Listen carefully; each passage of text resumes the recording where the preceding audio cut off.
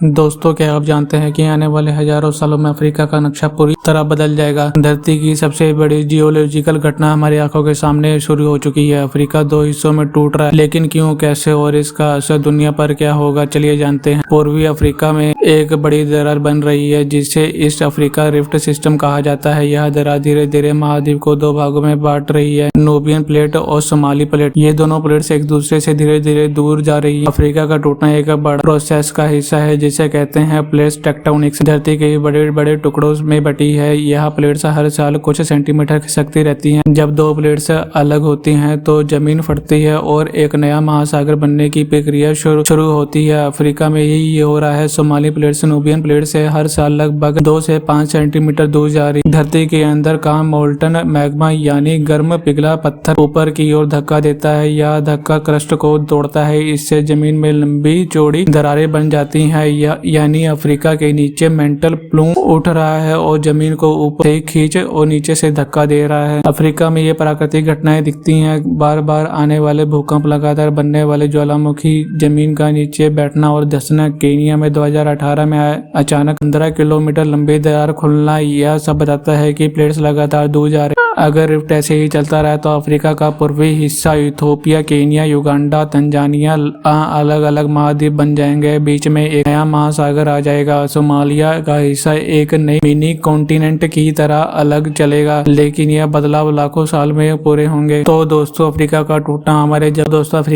हमारे जमाने में भले पूरा ना हो, लेकिन इसकी शुरुआत हम देख रहे हैं। धरती लगातार बदलती जा रही है और ये बदलाव हमें याद दिलाता है कि नेचर कितनी शक्तिशाली है। अगर इस तरह की साइंस फैक्ट्स स्टोरीज आपको पसंद आती हैं तो वीडियोस को लाइक और शेयर जरूर करें।